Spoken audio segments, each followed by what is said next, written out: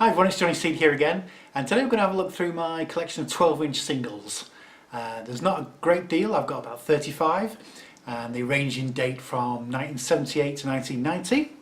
If you didn't know, the 12-inch single originated in Jamaica in the late 50s and 60s, where they used to make sort of one-off acetates of new music, but it didn't really catch on until the 70s when they were used by club DJs. Because if you didn't know, a 12-inch single, it's got more space between the grooves, which means it has more dynamic range, and so it plays louder, so it sounds a lot better in clubs. So yeah, and they really took off in the 80s. If anybody can remember the 80s, you'll probably remember 12-inch singles being quite ubiquitous. So I seem to remember back in the 80s, some people thought that they were a bit of a rip-off, that they weren't really worth the extra money you'd pay for what you got on them. Typically you just get like a remix, a longer version of the main single, and sometimes you'd also get the 7-inch version as well, and maybe a couple of album tracks here and there. So what I was looking at is whether or not these things would have been actually worth the extra money you'd pay for them back in the day. So I did a tiny bit of research on record prices back in the 80s, used by looking through some scans of some old magazines for the adverts. So going from like the mid-80s, the prices roughly were, for a single you'd pay about £1.20 to £1.50. Obviously there was a bit of variation between the start of the 80s and the end of the 80s. For a 12-inch single you would pay between £2.75 and £3.50, sometimes a bit more. So to compare that, an album would be around about a fiver to £5.50, and a CD would be about 10 or 11 quid, which in today's money apparently is about £28 for a CD. So, and you know, CDs were actually cheaper to produce, so no wonder they were popular with the record companies. Yeah, so you're looking at about £14 for a vinyl album back in the 80s. Yeah, so that meant that a 12-inch single would be almost the equivalent of a tenner today. So, whereas a single would be the equivalent of about £4 today. So the prices have changed quite a lot, haven't they? Yes. Yeah, so for nearly a tenner, what would you be getting extra? That's what we're looking at today.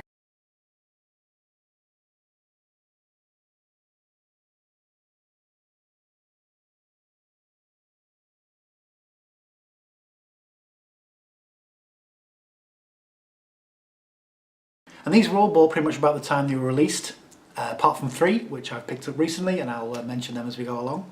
Right, so first up we have, apparently the oldest one I own, is a Procol Harum, A White Shade of Pale. This is the ones that I've picked up in the last year or so. I got this from a charity shop, I think it was about £1. Now, on first looking at this, I thought, oh, is this some sort of 80s reissue? But according to Discogs, this actually came out in 1978, and I don't really know why.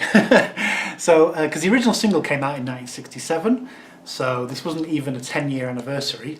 But maybe there's no actual date on here. I had to look it up on Discogs. Now on this one, you just get the single version of White Shade of Pale. It's no different. It doesn't seem to be mixed any differently, and it's not any longer.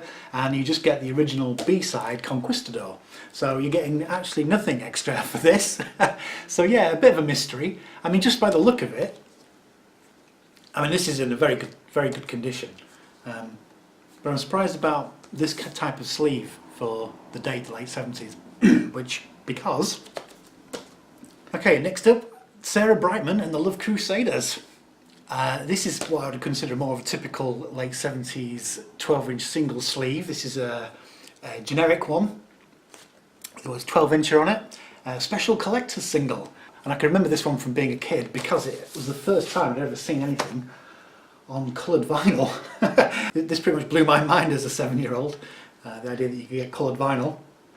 So this is Sarah Brightman and the Starship Troopers, a follow-up of sorts to the Sarah Brightman and Hot Gossip single, I've Lost My Heart to a Love... no, what was it called?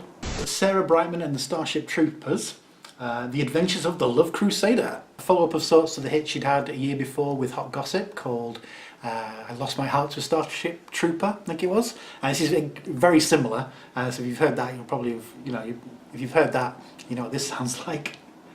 And this is the long version, so this is what I would typically call more of a 12-inch remix. It goes on quite a bit longer. It's got a bit of a breakdown in the middle where it goes a bit Giorgio Moroder, almost like a bit of a medley. If you don't know who Sarah Brightman is, in the 80s she sang on the Phantom of the Opera, the Andrew Lloyd Webber, who was a husband musical. She released that. She was a bit more of a kind of a stage musical singer later on, but she got a start in the late 70s, actually as a dancer apparently, in Hot Gossip. And if you don't know who Hot Gossip are, think like a more sexed up version of Pan's People. And if you don't know who Pan's People are, they were like TV show dancers. They were on Top of the Pops. And next up we have Psychedelic Furs, Pretty in Pink. The song that inspired the film of the same name. This just has the single version on it, it's not extended at all. And on the B-side we have their version of the song Mac the Knife, which I'm sure you're familiar with. It's a very, very famous melody, which for some reason the Psychedelic Furs decided not to use on their version. It sounds completely different, doesn't sound anything like the original Mac the Knife. I don't know why they did that. They could have just changed the lyrics and you know, got all the credit themselves, I guess. And also there's a song in here called Soap Commercial, which was produced by Martin Hannett, who of course was the producer for the early Joy Division records, amongst lots of other things. And also from 1981 we got the Jezebel Spirit from Brian Eno and David Byrne from Talking Heads. This is credited as being called the an Unidentified Exorcist New York City remix. And as you can see, my copy here has got some horrendous sleeve damage on it here.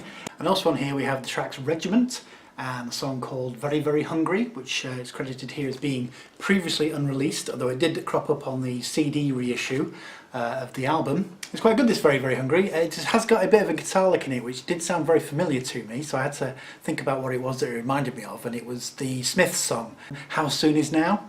I'll see if I can get away with playing just a little tiny clip of each one.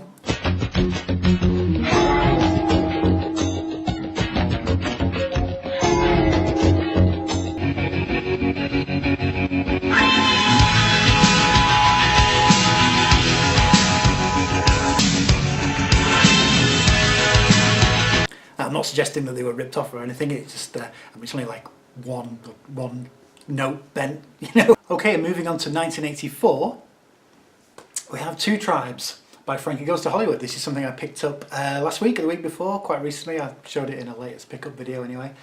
I'm going to make this bold statement here and say I think this is probably one of the best produced songs of the 80s. It just sounds phenomenal, especially for 1984. Trevor Horn certainly pulled all the stops here for this one. Yeah, so this is the Annihilation mix. This is the first of I think about 6 remixes that they did at the time, which is probably one of the reasons why this song stayed at #1 in the UK for 9 weeks. Can you believe it or not? Didn't sell as many copies as Relax though, but Relax ended up getting back in the charts. So yeah, they were all over the place in 1984. And on the B-side of this we have a song called War, which is the song War, What Is It Good For? Absolutely Nothing, say it again,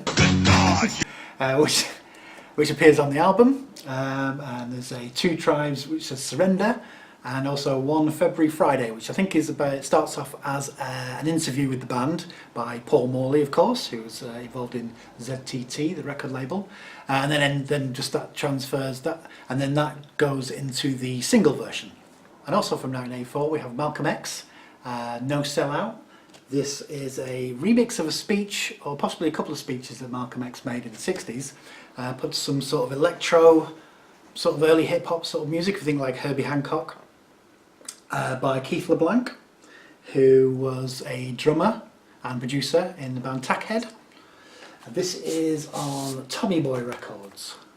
So, let me show you the label. This is really good. If you like early 80s electro sounding music, then definitely check this one out. And from what I can tell, this didn't appear on any albums, although strangely it doesn't seem to be any longer than the single version. And the B-side, which is the instrumental, so it's just the music without Malcolm X's speech all over it, there's actually a longer version on the single than there is on this 12-inch. According to Discogs anyway, I've not been able to prove that. Yeah, so the single version is apparently 7 minutes long, and this one is like 5 minutes long or something, so I don't know what's going on there anyway.